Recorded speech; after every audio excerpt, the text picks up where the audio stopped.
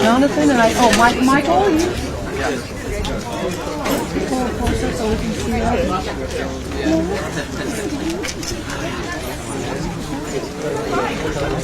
Good show of support. Wow, how many do you think we have here? How about the kids? They have media releases. You're good. About a good 75, 80. Just right here we go. That's always good. Are we ready? Okay. All right. I think we're ready. Wow. Thank you all for joining us here at the South Precinct in the East Central neighborhood. And thank you for all of the people behind me who showed up in support of what we're going to be discussing today. This is a location that is built on community policing, and it is growing into a great partnership with this East Central neighborhood. I'm joined by many, as you can see, not just behind me, but all around me today from our community. And this large group is really just a small sample of the community engagement and the partnership from our police chief and from our Spokane Police Department. Given the topic of today's news conference, it's important that we address it here, because this precinct is the result of community engagement with the East Central neighborhood and at all levels. Officers went door to door. They invited feedback from the neighborhood, from people who work here every day, who are raising a family and building community, to understand what matters most to them, and also how they want the department to be a part of their community. They shared concerns about drugs, violence, and property crime, the influence that those behaviors have on our youth, the next generation of leaders. And we have a lot of youth here today. And a desire to do something and to do it together. Neighbors wanted to partner with the department to help businesses, our new library in this in the neighborhood, the Martin Luther King Jr. Community Center, and the parks to grow and to flourish. Most of all, they told the department that they wanted it to invest in the people, the families, and the youth who will benefit from a safe and healthy place to live for years to come. The level of engagement and access was done at the direction of our police chief, Craig Meidl. The origins of this precinct and the support of the neighborhood has shown for officers who work here is what community policing is all about. It is what Chief Meidl and the department are continually building and developing. And it's paying off. Since this precinct was put into place last summer, calls for service are down more than 17%. And officer-initiated calls are up 266%. Both are equally important for successful community policing to work. Public safety, no matter where we go, is the top priority that we hear from neighborhoods in East Central and in neighborhoods across the city. And community policing requires a two-way commitment for the greater the peace, health, and safety of our neighborhoods. Unfortunately, the majority on our city council has been very critical of the community engagement practices of our chief. In just about an hour from now, they will discuss a resolution that stifles voices in our community engagement and the chief's ability to engage with the people he serves. Like those standing behind me and all around me, I am deeply concerned about the council's insistence on keeping alive a topic that has already gone through an independent investigation by the Office of the Police Ombudsman, and that was closed many, many months ago. And I question why the majority on the council are raising these concerns now, several months after that report was presented to the Ombudsman Commission and to them, the City Council. This matter has been investigated and the system has worked. The Ombudsman conducted numerous interviews over several months. He analyzed those interviews. He wrote and published a closing report December 12th that included 5 recommendations for policy improvements. Very briefly, I'll go over those 5 recommendations.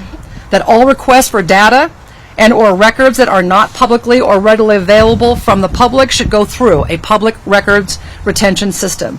To define in policy that the bulk of the investigation is complete is when an investigation reaches a logical conclusion and is not referred to the prosecutor's office. Reconsideration of the OPO recommendation that SPD update its policies related to release of body cam videos related to internal investigation records. To consider establishing a city policy and a disclosure agreement for all employees, which outlines what is releasable to the public and provides guidance for employees. And fifth, to maintain case updates between internal affairs and the chief or designee only, and withhold decisions or findings until investigations are complete. Those 5 recommendations from the Ombudsman's office has been directed to the police department, and I have directed the chief to make sure that these 5 recommendations are implemented. We are here today because the City Council, and I'll say the majority on City Council, we have Council members Jonathan Bingle and Michael Cathcart here today, but the majority on City Council is pushing for another independent investigation into the chief's engagement with our downtown commercial property and business owners. A community concerned about crime in our downtown environment. They engaged with our police chief to work on ways to make downtown safer for everyone. Those who work downtown, those who operate businesses downtown, and those who visit our downtown. This is what I expect from our police chief. This is what all of you expect from our police chief. And let's remember, this situation arises from a murder investigation that lost time to apprehend a suspect who had already murdered another individual in our community before the incident occurred that generated the independent ombudsman investigation. Questions arose from that investigation. They were appropriately addressed independently by the ombudsman, whose work was accepted by the Independent Ombudsman Commission. Another costly investigation is redundant, it is unnecessary, and erodes the work of our independent ombudsman. The chief, at the community's desire and through years of engagement, has worked with numerous community groups, faith groups, social, business, civic, educational, youth, adult, senior, and many other organizations to improve relationships with the neighbors that they serve. And he understands that work must continue. We are here today at the East Central neighborhood, at the South Precinct, because that work is continuing. We are here because a police department is deeply engaged in partnership with this neighborhood to build healthier and safer communities. On Friday, just last Friday, we were also here in the East Central neighborhood celebrating this growing relationship, the decrease in calls for service, and increase in officer-initiated engagement. Officers came to that opportunity. It was at Fresh Soul. Michael Brown hosted the event. The officers came to thank the neighborhood for their support, and the neighborhood turned out to say that they appreciate officers in their neighborhood. I will close by saying this. I support the work of the chief and the men and the women in the department who are building relationships every single day with neighborhoods they serve through proactive, continuous engagement. And that engagement will continue.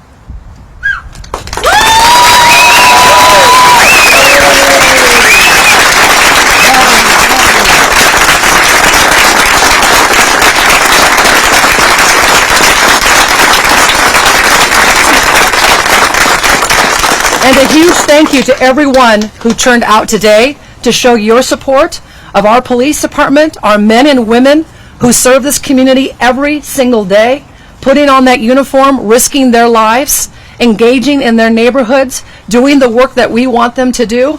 We need to continue to support them. I am so lucky to be a mayor of a community that overwhelmingly supports its men and women in blue. And I am a law and order mayor who works very closely and supports our police chief.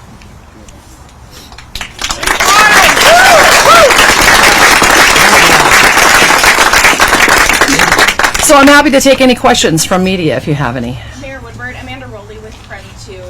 You said that a second investigation would seem redundant, but it is in city code that complaints regarding the chief of police shall be directed to the mayor and investigated by city's human resources. Even though it may be redundant, is it's still part of city code. So how do you answer to that of following policy? You say you're a law-abiding mayor, so how do you answer that? Well, are those complaints from council? Is that a political motive on their part? This investigation already went through the system that we have in place through the Ombudsman's office. I don't think it's specific to where the complaints come from. It just says complaints. So isn't it the due diligence of your office and Human Resources to follow city code that you're meant to uphold? Well, we do that when they come from the community. But when it is political and it comes from the city council, I'm not obligated to do anything.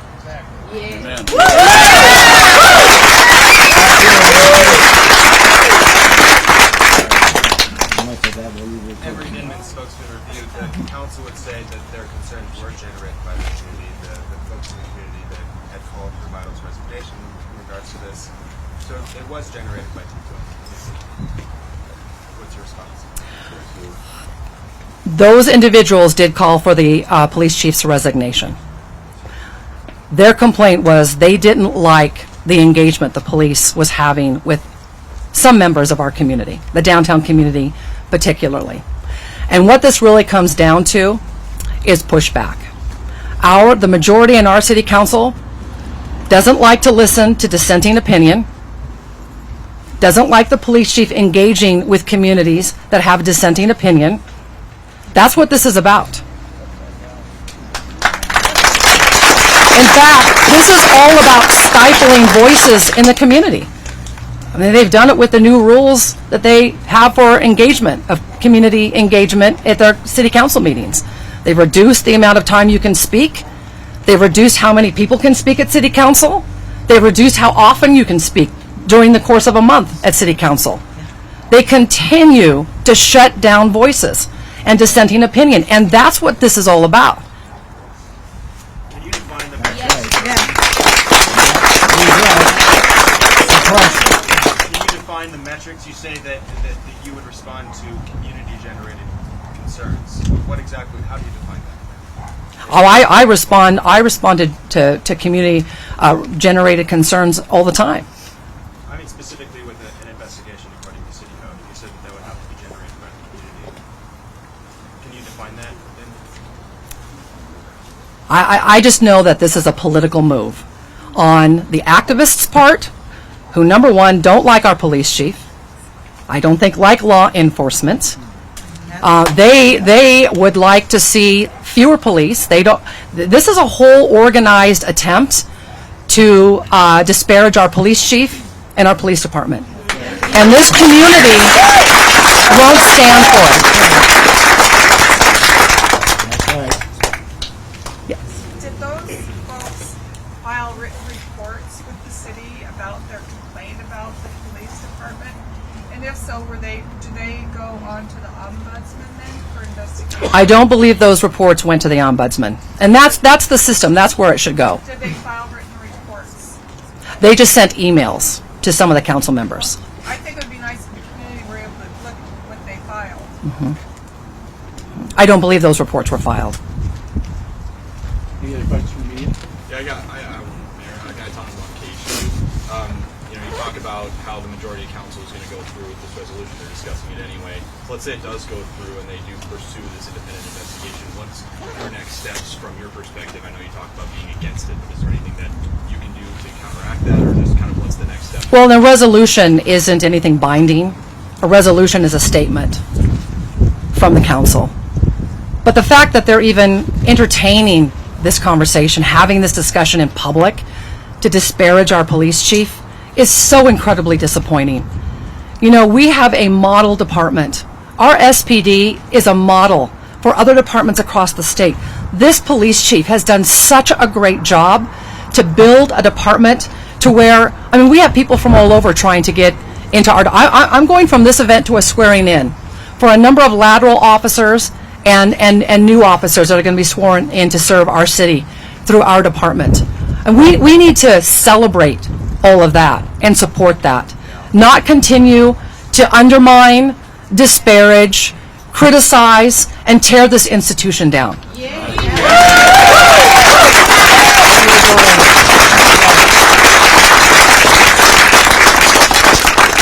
thank you for coming. And again, thank you to the community for turning out. Thank you for your support.